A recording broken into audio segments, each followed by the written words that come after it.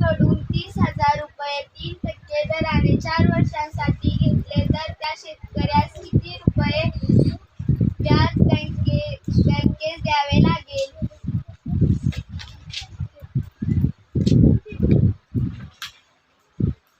स बरोबर म गुणिले ड गुणिले क छेद 100.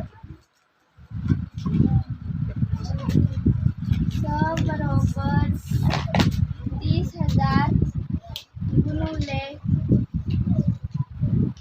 3% गुणिले 4 वर्ष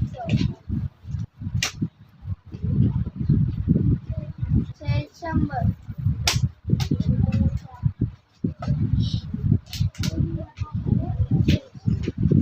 3 चौक 12. 300 गुणिले 12 ते 0 0 ते 0 0 6 ते 0 0 ते 0 0 3 1 3